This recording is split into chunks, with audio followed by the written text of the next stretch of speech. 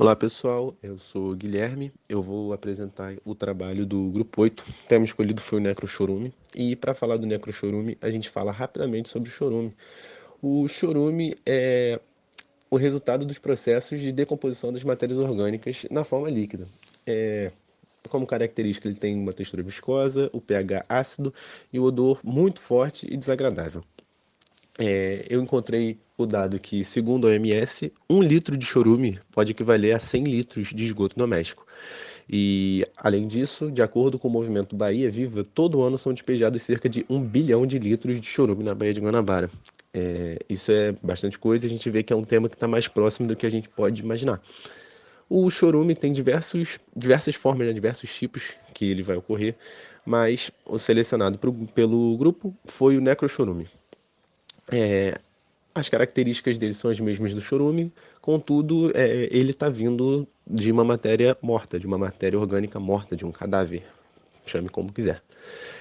Características, a gente vê que é composto por água, majoritariamente, uma outra parte de sais minerais e uma pequena parte, cerca de 10%, de matéria orgânica. E nessa matéria orgânica também podem estar incluídos patógenos como vírus, bactérias, fungos, protozoários, que certamente podem causar inúmeros problemas para a gente, para os humanos.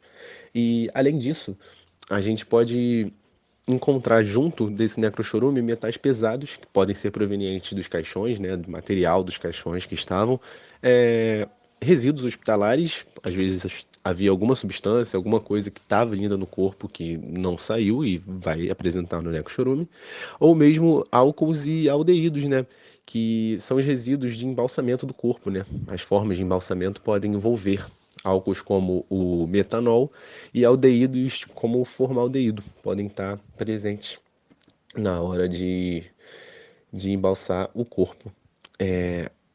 O processo de formação do necrochorume leva cerca de 6 meses, ou seja, a partir do sexto mês vai começar a ser formado, né, normalmente, uma média, e esse processo pode durar de 6 meses a 3 anos, ou seja, ele é um processo que demora, né, relativamente demorado para rolar.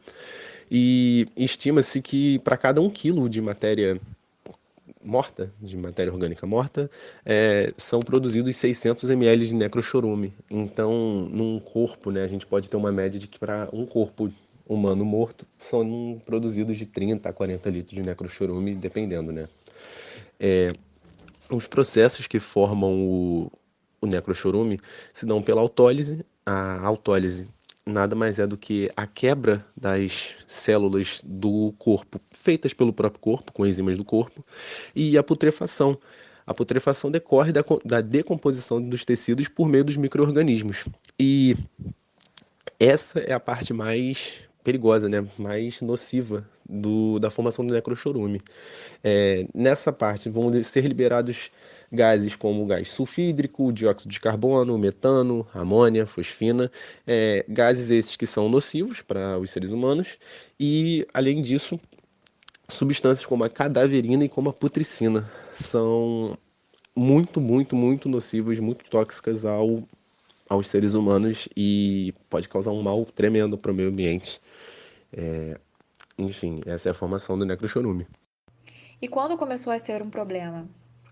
Na antiguidade, o corpo das pessoas mortas, eles eram enterrados, mumificados, cremados, jogados ao mar e de muitas outras maneiras, né?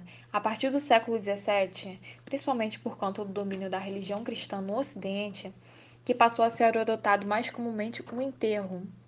E as pessoas elas tinham a ideia de que ser enterrada dentro da igreja ou ao redor das igrejas, elas estariam mais próximas da salvação divina.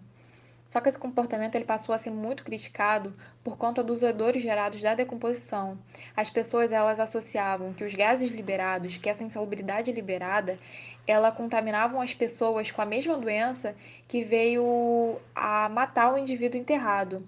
E a partir daí houve-se a proibição dos enterros em áreas urbanas, né? Essa proibição ela começou na Europa e foi a partir daí que começou o hábito de individualizar a sepultura e a cultura de utilizar caixões. No Brasil, essa proibição ela veio em meados do século XVIII, proibindo o sepultamento dentro das áreas urbanas. Nessa imagem, a gente consegue ver um velório e um enterro acontecendo no mesmo ambiente. Falando agora sobre o tratamento do necrochorume, nós temos algumas técnicas que podem ser utilizadas para tratar esse efluente. Uma dessas técnicas é o filtro biológico, e no filtro biológico ocorre a estabilização da matéria orgânica e ele promove as reações de desnitrificação, né, que promovem a redução da amônia, do nitrogênio amoniacal. E existem formas mais simplificadas e formas mais robustas de instalar esse filtro biológico. E vai depender do seu efluente, da qualidade do efluente que você vai querer no final do processo.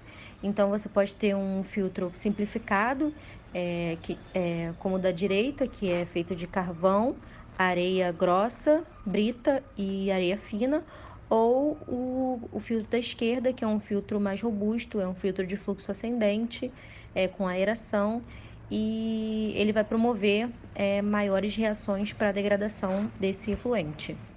Outra forma que vem sendo estudada sobre o tratamento do necrochorume são as lagoas de estabilização. E elas permitem que você tenha uma zona aerada, né, que é a zona de troca atmosférica, e uma zona anóxica, que é a zona do fundo da lagoa. Esse efluente ele vai percorrer toda a lagoa, ele tem um tempo de detenção nessa lagoa para que ocorram as reações, e cada zona vai promover a degradação desse efluente de uma forma, seja na presença de oxigênio ou na ausência de oxigênio. Essa do slide é uma lagoa, né, facultativa, porque ela tem 2 zonas, mas existem lagoas que são lagoas aeradas, que são só aeróbias, e existem lagoas que são cobertas, e aí vão acontecer só reações sem a presença de oxigênio. Bom, continuando a parte de tratamento do necrochorume, nós temos o tratamento à base de pastilhas. Essas pastilhas, na verdade, elas são bactérias consumidoras de matéria orgânica, sintetizadas em esporos e agrupadas. Elas normalmente são colocadas na urna junto ao corpo para poder se decompor e atuar no necrochorume quando esse começar a ser produzido. Essas bactérias são ativadas gradativamente conforme o necrochorume é liberado. Quando elas entram em contato com a substância, com o necrochorume, a pastilha, ela forma uma massa gelatinosa que vai absorver os compostos orgânicos de difícil metabolização, como as gorduras, os óleos, graxas e lipídios, e também metais pesados e cargas patogênicas que são provenientes do corpo. As bactérias transformam todos esses compostos em dióxido de carbono, água e sais não nocivos.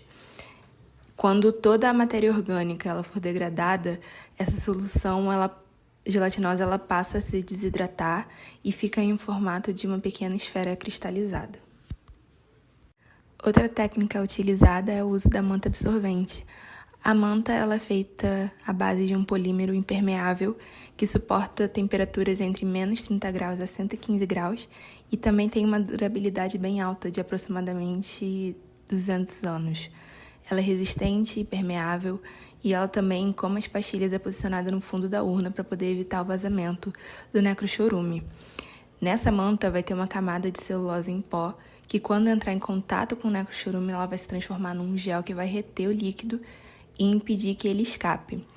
Então, essa manta ela permanece na urna pelo tempo que for necessário para a decomposição do corpo, sem contaminar tanto a urna quanto a sepultura ou o meio do lado de fora. Nós já falamos aqui sobre o tratamento do necrochorume, mas é importante que a gente pense em alternativas que não sejam necessários grandes esforços para que seja realizado esse tratamento. Uma maneira de atenuar os impactos que esse contaminante possa vir gerar no ambiente. E levando em consideração isso, nós trouxemos aqui algumas orientações do que pode ser feito para mitigar esses impactos. O estudo do solo é algo fundamental, né, quando se pensa em mitigação de impactos, porque é ele que é acometido primeiro pelo primeiro contato com o contaminante.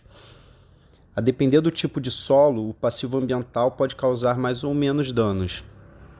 Solos arenosos, por possuírem grãos maiores e áreas superficiais menores, não conseguem reter água ou contaminantes nos seus vazios. E, além disso, o solo arenoso ele é considerado um solo pobre biologicamente. E já o solo argiloso, ele consegue reter essas substâncias e possui uma atividade biológica maior.